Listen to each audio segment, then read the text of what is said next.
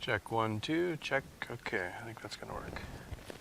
All right, another beautiful morning and apparently no wind at the moment, so let's see how we do here. Got my new cordless saw. I wasn't having good luck with the other saw, so I'm like, all right, I gotta upgrade. The more I thought about it, I'm like, I do not want to be pulling one more cord all over the job site, and I really got used to using a cordless saw, so I figured I'd go with this.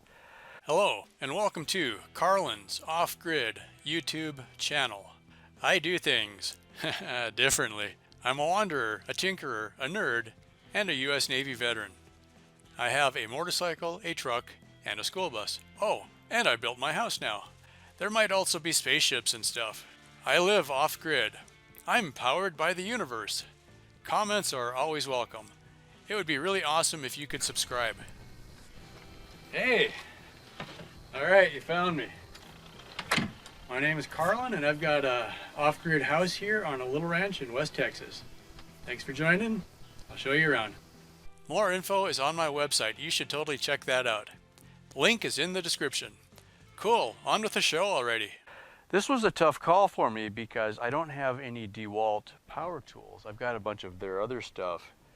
So this was jumping into a brand new battery system that I don't have anything else that uses that battery. I've got my Bosch tools. I've got two different battery systems there. I've got the 12 volt and the older 18 volt NiCads. So this is the Dewalt FlexVolt brushless max 60 volt lithium saw. Here it says the power of corded. This is a worm drive saw. My dad has one, not this one, but he's got a worm drive saw, and he always raved about how much better it seemed. I got to use it a couple times, but frankly, I'm not that good with the saw anyway, so I didn't know the difference, and this was a few years ago. So it's a 60 volt max, 7 1/4 inch blade. I'll get into more of that in a bit. So let's just get it open. What it is, today I'm going to be using this, and I wanted to get this thing plugged in and charging while before I was ready to use it. So outer wrapping. Get that out of the way. This one, it was funny when you see how many times I can trip over the pegs right in the middle of where my house is going to be, and I've got posts in the ground. All right. Yeah, no wind right now. This is great. Which one? Let's say this end is up.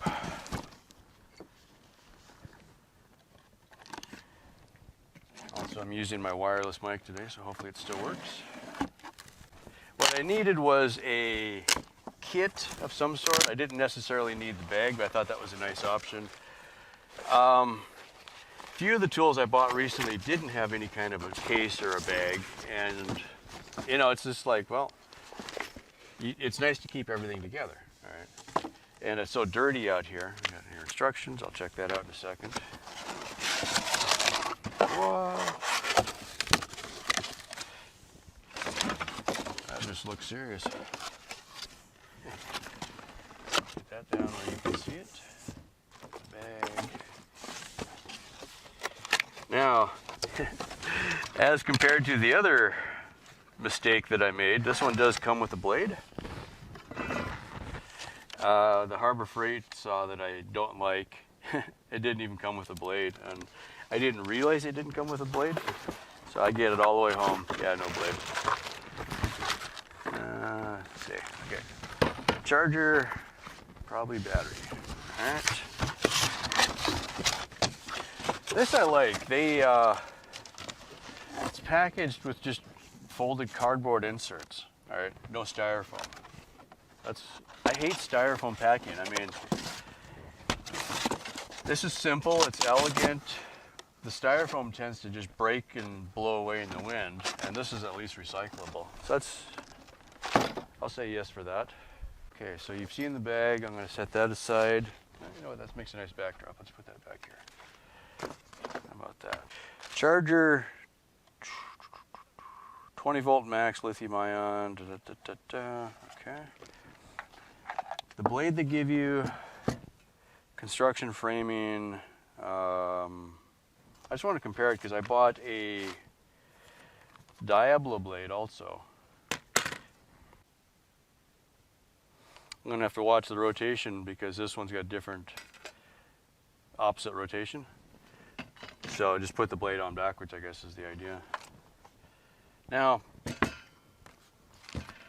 this thing, oh my God, this feels awesome. I think that's a hook that you can hang it from something. You know, so if you're up on the roof, you can hang it on a stud. That would be kind of, or like a rafter. That would be kind of cool.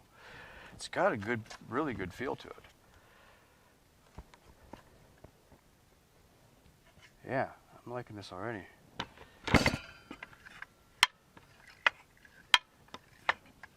A good amount of spring on that, but not overly done. Depth adjustment right here. Miter on the front. Yeah. Cool. It's got a slot for your cut guide. I don't see that they gave me a cut guide, but that's one of those things you almost never use anyway. You either can cut in a straight line or you can't. Oh, this was funny. I didn't even see this. I do own a Dewalt knife, so it just happened to be the one I picked up today.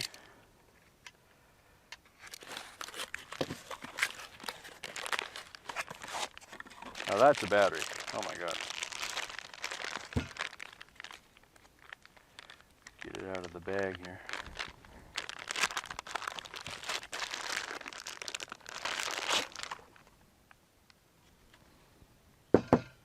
That's like some of my old camera batteries.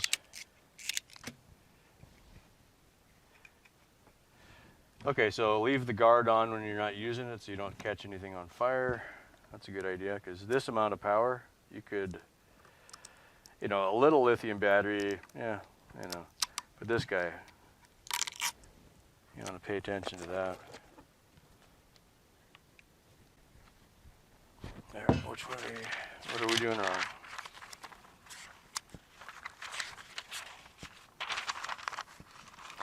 Shipping mode.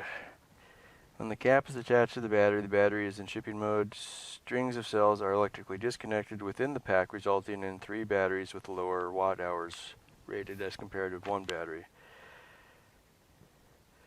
This increased quantity of 3 batteries with the lower watt hour rating can exempt the packing from certain shipping regulations that are imposed on higher watt batteries. That's kind of cool. When the battery stands alone or is in a Dewalt 20 volt max product, it will operate as a 20 volt max battery. When the FlexVolt battery is in a 60 volt, I might have said watt, it's supposed to be volt, or a 120, it will operate as a 60. That's kind of cool. So it can be a 60 or a 20 depending on which tool it's in. So this basically is as if it's 3 20-watt batteries together. Oh, I just saw my mistake. There's a latch here. Yeah. Now I feel stupid. Yeah, push down the black latch. That releases the handle, and then your... Yeah, there we go. Now I feel better. I was like, there's no way that can be that hard. It's got a battery gauge on it, which is low right now. That's good. That's why I wanted to make sure to charge this before I got into business today. That is a beefy battery, though. That is, I mean, if you drop that on somebody's head, they would not buy you coffee the next day. The completion of charge will be indicated by the red light remaining on continuously. This is the biggest thing for me lately. It seems like all of my cameras and all of my tools have a different light methodology, I guess is the best word. So on some of my tools, I have sat there and taken either a black Sharpie or a white or a silver paint marker, or there's some silver Sharpies, and I'll write right on the charger what the light actually means. You know, is it on continuously when it's finished charging? You know, because some of my tools will flash when they're charging and they turn solid on when they're done charging. My camera battery, the light comes on when it's charging, the light goes off when it's charged. You know, it's just like, pick one, you know, but it's, every time you look at it, you're like, what does it really mean? Okay, so we're gonna put the, I'm gonna put the blade on, and let's see if there's a wrench included to put that on with. Right there. This was one of those things that if you need a tool to put it on, the tool should be part of the tool. That makes a lot of sense, right? And then up on the top here, you push down to lock the shaft so that when you put the blade on, it tightens. All right. Tighten. This is a reverse thread. That's something to watch out for. All right, so we are going to loosen by going backwards. Because this rotates backwards,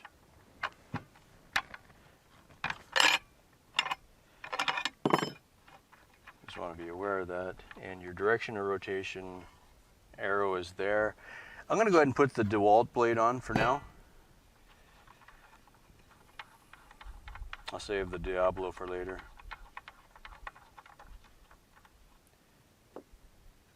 Pull these off in order.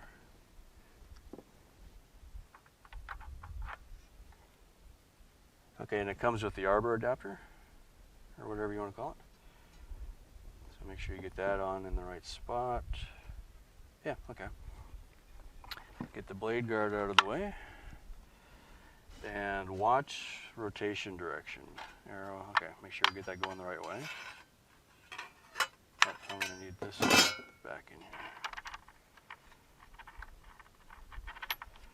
Then this.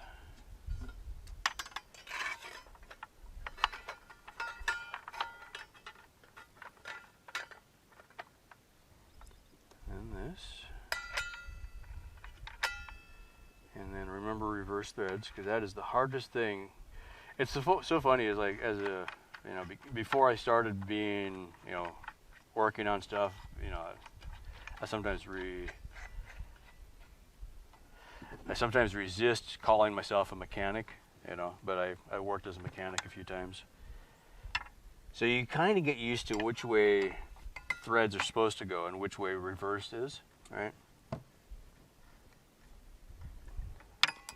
It's the hardest thing to look at something even if you know it's reverse and to go the wrong way. Okay, a couple of details that's kind of not visible maybe on the camera. There's a cut guide here, 0, 1, 2, 3. So you could actually, if you're doing if you're going to cut into something and stop, you could look for the mark on the side here. And there's also gradients up here, so 0, 1, 1, 2, 3, right? Says that the base is made out of magnesium. Incredibly strong, very light, also a fire hazard, so don't catch the saw on fire. A magnesium fire, that's what they make flares out of. People in space will see your saws on fire and call you and say, hey, stop that, we can see that up here. You know, it's almost a shame this thing is so nice and clean right now. And that's not going to last out here at all. Okay, so the battery goes down in the grip inside. Because this is kind of heavy, they figured out, let's put the battery close to the center of mass where it's right between the handles, right? So it won't feel awkward, because a lot of power tools, you end up with a really heavy battery hanging down off the bottom of your drill or something, and it changes the whole balance of things. Okay, it doesn't have a good charge on it right now. But let's just fire it up and see how it does. So I'm going to drop it in there, click it in. And the design of the battery, it's got a latch on the top to where you could release it. So you push it down and it just comes right out. From a power tool point of view, that's probably the easiest latch I've ever used. I fight so many things, just they don't want to let go, you know, which is good. Your battery doesn't fall out.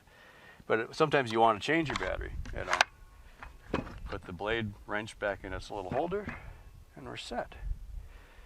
Max depth on the cut shows 2.5 inches. Okay, that's about normal. One of the weird things for me, because my Bosch saw has the blade on this side, I just got used to standing so that I could see this side. And then I got that little saw from Harbor Freight, and the blade is on the other side. And when I was looking to buy this one, I wasn't sure what I was going to buy yet. About half of the saws had blades on one side and half on the other. You know, maybe the other side is correct and this is the odd side, but once you get used to it one way or the other, you just kind of get a personal preference, right? Up on the trigger, so this is kind of nice. You got a good amount of grip here away from the trigger and a guard. So your finger has to go into where the trigger is to get to the trigger. So for instance, if you were on a ladder and you just wanted to move, you could grab this and keep your finger completely outside of the trigger and not accidentally hit the trigger. Now, in some situations, accidentally hitting the trigger would scare the crap out of you, even if you weren't going to cut yourself, because you do have a blade guard down here that, you know, should protect you if you accidentally start it. Now, because the handles are both in line, you could do this left-handed or right-handed pretty equally. That's another bonus. I've had times where I'm, like, for instance, on a ladder or something, trying to cut the top off a post when I was building the kind of the shade part of my shop that I just finished. And, oh man, you know, the saw was on the wrong side. I couldn't get it to an angle I really liked. It was pretty awkward, really. So that was a nice touch. Okay, I'm going to put this in the bag so I don't lose it. That's a nice looking quality bag. You know, it's got a side pocket. It's got a good zipper. I assume it's got room for the saw to fit in there. Wouldn't that be something? Yeah, actually fits in the bag. How about that? Never take that kind of thing for granted, eh? You probably would have room for, yeah, you could throw the charger in there with it. All right, room for a couple extra blades.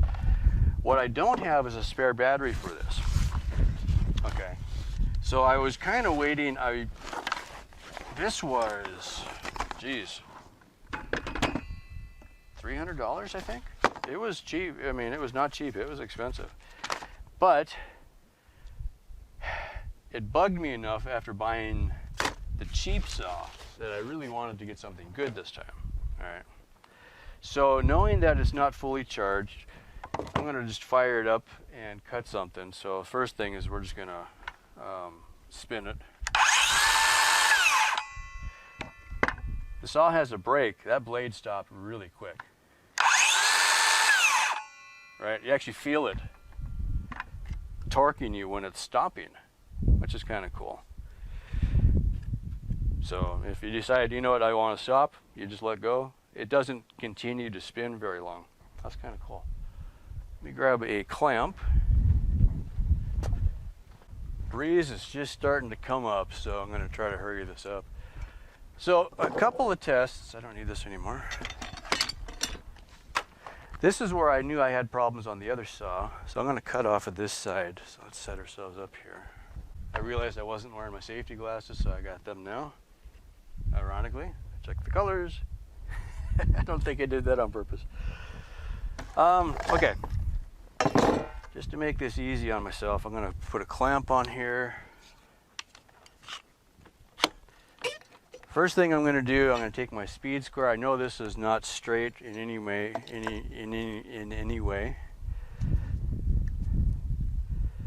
I'm just going to buzz the edge off and see if I can follow that line. Now, ideally, with this saw facing this way, I'm cutting on the wrong side because I'm not supported. But this is the way it's going to happen sometimes. So I'm going to find my 0 mark, and I'm just going to cut it and see if I can be close to that line.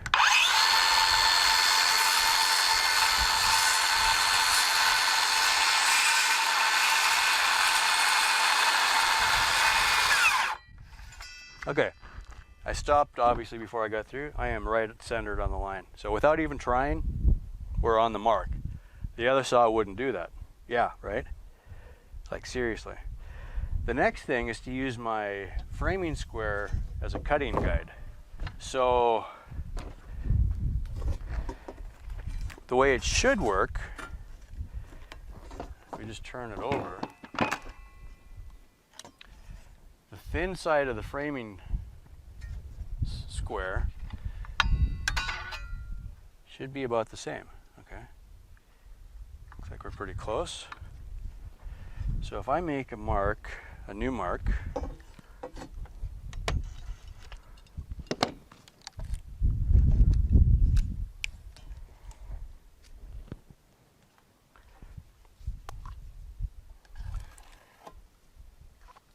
I want to cut there.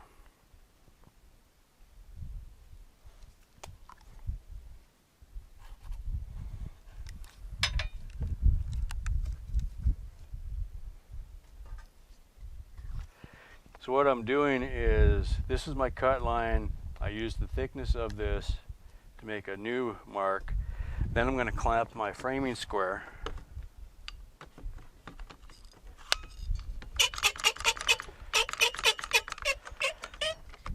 This way, I'll just cut right along the edge of the framing square and I should be hitting that mark, okay?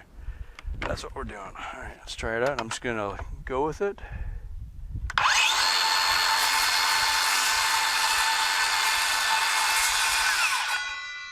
Okay, that's off on that one, so now I just gotta reconfigure how I would normally do that, I guess, because it's about a 1/4 inch off. That's interesting. All right, we'll go with that. The last thing I just wanted to check is obviously to make sure it's square.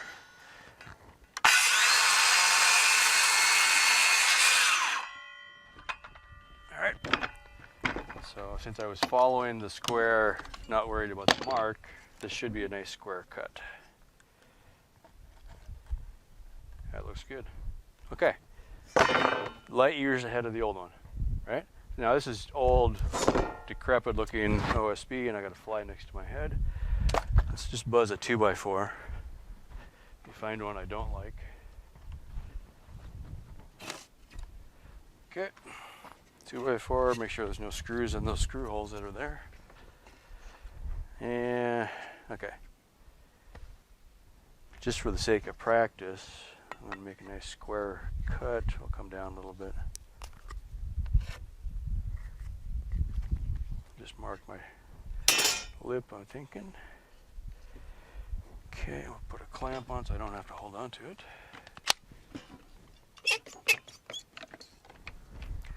Alright, here we go. Max, we're at 2.5 inches. We should be okay there. And line up on the mark.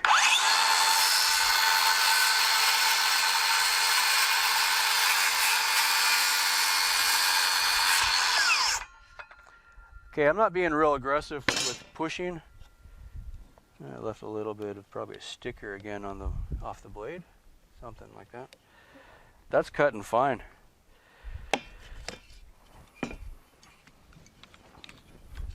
I'm going to do a shortcut that stops before I get to the end. It's not real well supported either. Cut from the other side.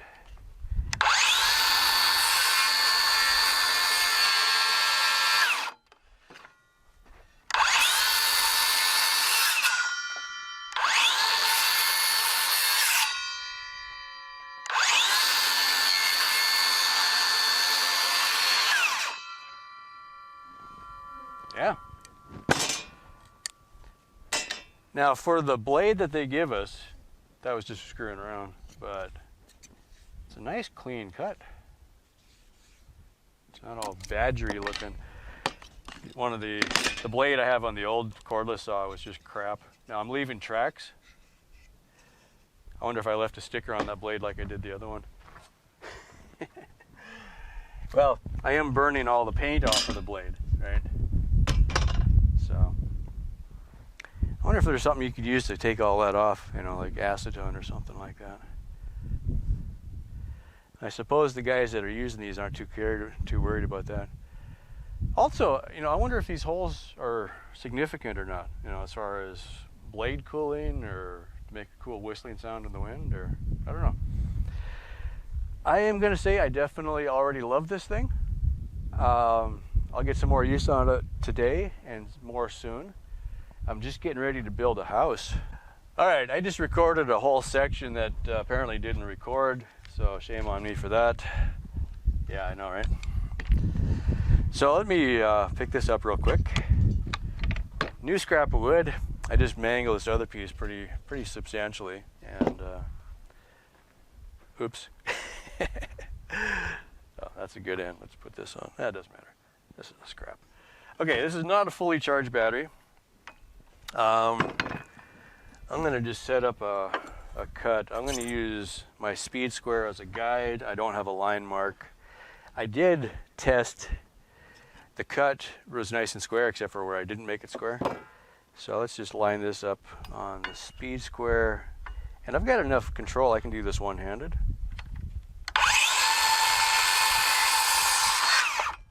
Yeah, that's awesome. Okay, check it, nice and square, good. If you notice, the saw stops very quickly. You let go of the trigger, it's actually got a brake. It stops like half a second. It's really quick. My cut is nice and smooth. This is a framing blade. It's not a not a finished blade. It's a fast cutting blade. What else can we say?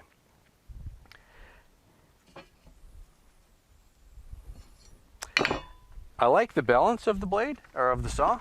It's what they did is they put the battery in the middle of the saw, right between the handles. And so you pick it up one-handed, it's got some weight. If you pick it up just by the handle, it's going to hang down. You can't, you couldn't try to cut like that.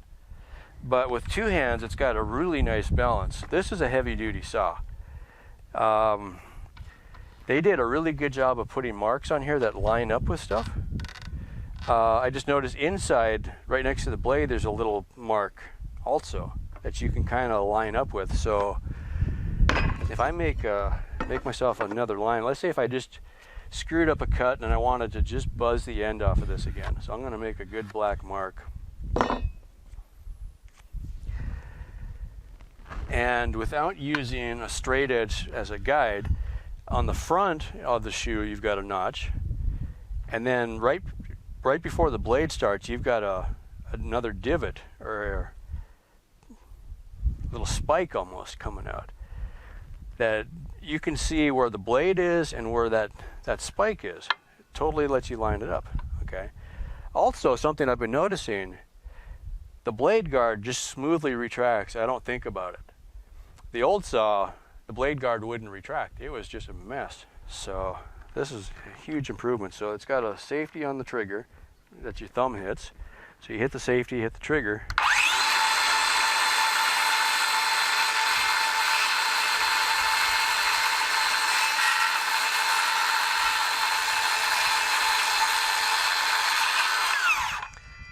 I was purposely going slow to make sure I hit the mark, and I had no trouble at all following that mark.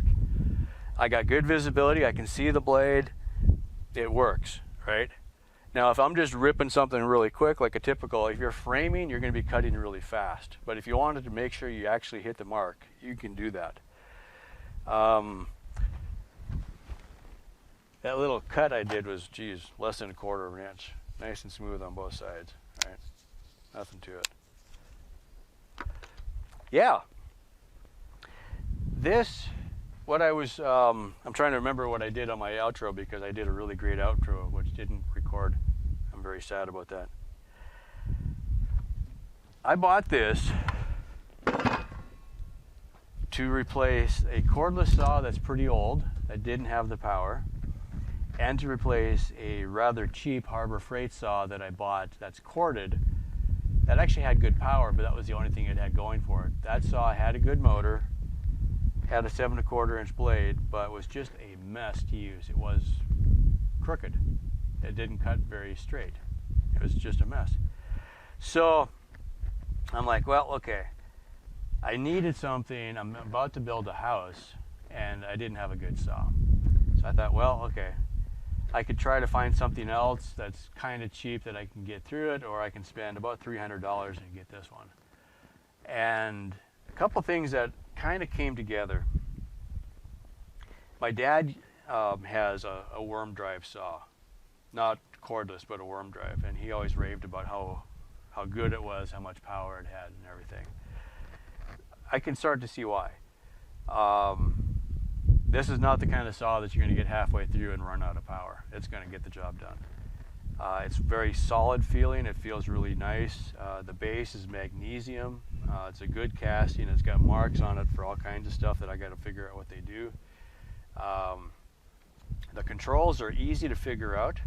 I haven't looked at the instructions yet. I just like put it together and off we go kind of thing. It makes sense.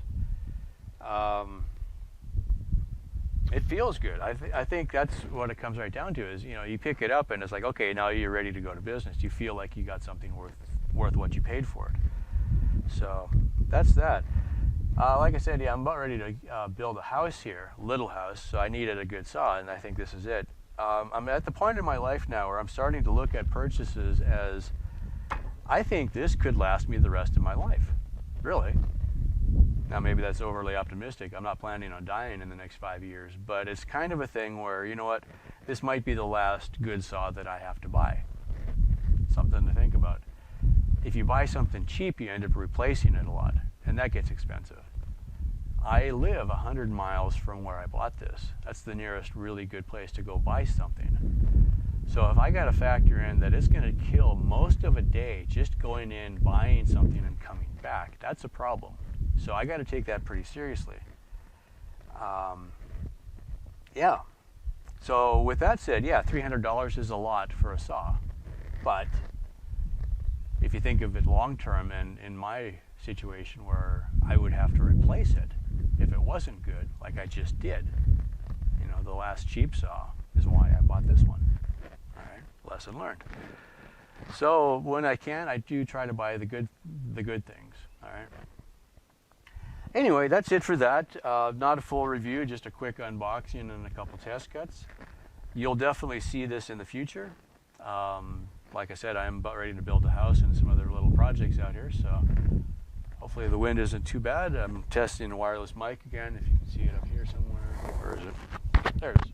There's the mic. So hopefully that's helping. I did this early in the morning, so I didn't get too much wind noise, but the breeze is coming up, so sorry about that. It's always windy out here. If you're new to the channel, thanks for checking me out. Go ahead and click on subscribe. If you have any questions, leave them in the comments. I do my best to answer the questions. I do read all the comments, and sorry if I missed yours. I live off-grid. I don't always see the comments until a week later, and I do my best. I'm not at the point yet where I don't have time to answer everybody's questions, so I do my best with that. What I've got here, I'm living in a school bus. Until I get the house built, I've been on the property for 2 years. I'm out in West Texas. This is one of those ranches that, well, it used to be a ranch. You know, there's still cows that walk by. There's a fence behind me, kind of a thing. I'm on 80 acres out here, somewhere near El Paso. It's pretty close to the Mexican border. I'm living off-grid. Everything I do is solar powered. I do have some generators for when I run out of solar panels, solar powers. But most of what I do day to day is running off of solar. So that's a good reason to have a cordless tool. There you go. That way I don't have to have the generator running every time I do something. This is pretty good. I can charge the battery when I'm not using the tool, and that's kind of why I did this today. I need to be able to charge this before I need the tool. So I thought, okay, let me do the unboxing, get this thing out, get the battery on the charger. That'll be charged off of the solar panels. And then later today when I need this, I'm ready to go.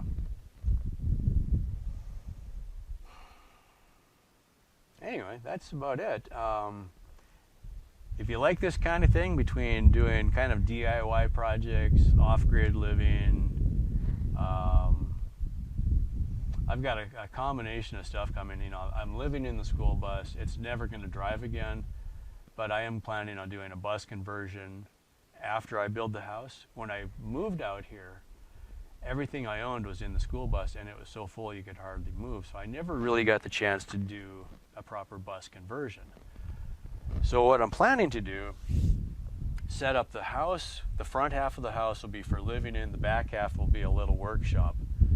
And then I can bring stuff out of the bus into the house, gut the bus, and then do a conversion for the bus and make it into kind of an office space and maybe some more storage in the bus. So we'll be doing some of the bus conversion things that people have always talked about. Putting up some insulation.